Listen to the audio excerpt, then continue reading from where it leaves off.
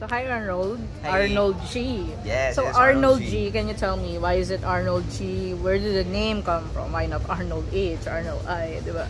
So, my birth name is Arnold Ray Garcia. So, Arnold talaga. Nickname ko AG on school. So, lalagyan ko lang yung G. Arnold G. That simple. Yeah, so why did you decide to enter the music industry? I've always loved music. Ever since. Actually, I have a photo of myself, 4 years old pa lang ako. Mic ang hawak ko. Of all items sa bahay, mic ang hawak ko. And then, as I grew up, I joined mga choirs, mga entertainment, like theaters, ganun sa school namin. Nice. And then, I was really fond with the stage, with people watching, just performing. Kaso, nawala siya for a bit until nabalik lang ako during college. Parang sabi ko, I started taking classes. Nag-class na ako ng guitar, piano, vocal coach, until one day, let's release a song. Do you have a particular music or song na parang dun mo na-realize, nung narinig mo na, oh, I also want to make my own music? As funny as it sounds, it all started kasi batch ko is High School Musical. So parang, given it's High School Musical, parang I've always seen myself performing in every feeling I had, every emotion na nararamdaman ko. Parang instead na iiyak mo or itawa mo, parang gusto ko siya ikanta. As simple as that. So, starting no High School Musical, tuloy-tuloy na yun, every pop music that comes out, I feel like, parang gusto ko rin yan. Gusto ko rin ng ganyan. In local OPM, nanalo si Yeng on Dream Academy, parang gusto ko rin mag-join ng ganyan, mga The Voice. Did you join ba? Mga... No, I didn't take, hindi ako nag-rest ng gano'n. Dumiretso ako sa pagsulat at paglabas ng kanta. So, how supportive was your family when it came to your venture as an artist? To be fair naman, all parents would love their kanilang mga anak to actually study and have a bachelor's degree. That's what I did. Pero, so, hindi sila ganun ka-supportive at first. Pero when they saw na I really love music, when I graduated, yun agad sinabi ko. I told my dad na, ginawa ko naman yung music. Why not, I want you to support me. I joined Star Magic for like 8 months. I mean, before pandemic. Dapat tuloy-tuloy yun, kaso nag-stop yung pandemic. So, hindi na ako natuloy. Yeah. So, ano yung paborito mong pop music? Pop music? I grew up si Avril Lavigne, loving Avril. And I'm a Swiftie. Favorite song of hers? Taylor Swift, I guess. Call it what you want. For now, the latest Guilty as Sin. Yeah, how about yung local natin, like yung mga P-pop? Do you listen to P-pop rin? Yeah, right now I'm listening to Maki. Yeah, I love the yung mga Colors. And then, si Cup of Joe, Kulto. That's what I'm actually listening to. I'm covering that song most of the time ngayon.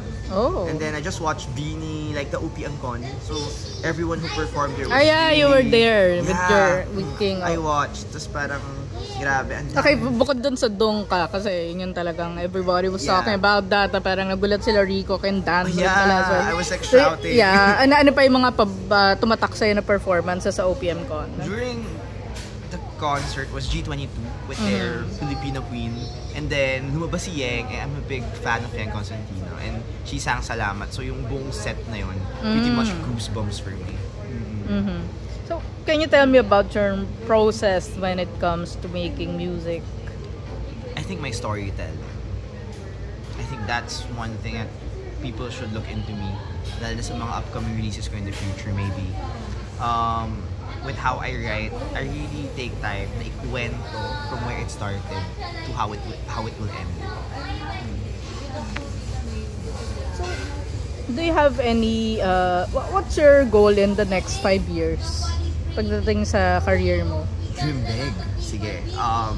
Right now is actually to release yung bunks of music ko na nakatabi lang. Mga ilan yun? Oh my God. Parang ang dami. Parang dami na nila. Like, considers if my volts, ewan ko, yung akin siguro 2 volt. Wow. A lot. Siguro let's say more than 100. That's a lot. I've wrote a lot. Malabas ko man lang and actually make an album. So in the next 5 years, siguro, let's dream big. Makapag-perform ako at Philippine Arena. Wow. Let's dream. Yeah, why not? Diba? Yeah. That, I mean, maybe with hard work one day, I'll be there. Yeah. So, well, since nabanggit mo na rin, if ever, mali mo, di ba? We don't know eh. Nagpa-perform ka sa Philippine Arena, sino yung gusto mong mga magpi-pre-show sa'yo? Ano, ang dami nila. Sobrang I look, grabe, ang dami. I'm a fan of Yang, I'm a fan of like sa mga locals, SB19, Beanie, James Reid, like everyone, Dico Blanco, ang dami, Ben and Ben, ang dami, Artist Moira. Any of them, sobrang, I would be really happy. Any of them would pre-show for me or kahit ako pre-show for them. Yeah. Diba? Parang baliktad.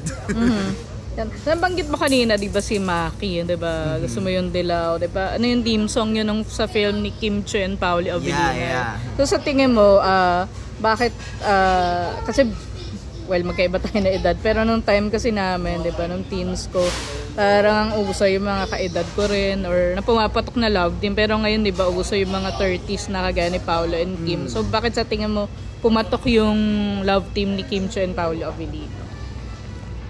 I think noong time kasi nila, people were really familiar with love teams. So ngayon, given na Kim Chiu herself, actually, kahit hindi mo siya pair, well, I'm a fan of Kim Chiu. I think parang susuportahan mo siya with yung sa master professionality of how she acts. So, kaya pumapatok pa rin even though na kahit sino i-pair kay Kim Chiu. Same with Paolo Avellino actually. They're both really veterans in acting. So, papatok yun with a good soundtrack and a good plot. I think papatok talaga siya. Regardless. I mean, siguro, dapat tignan ng mga younger generation yung how they do acting and how they do their a master of their professional way of acting. Yeah.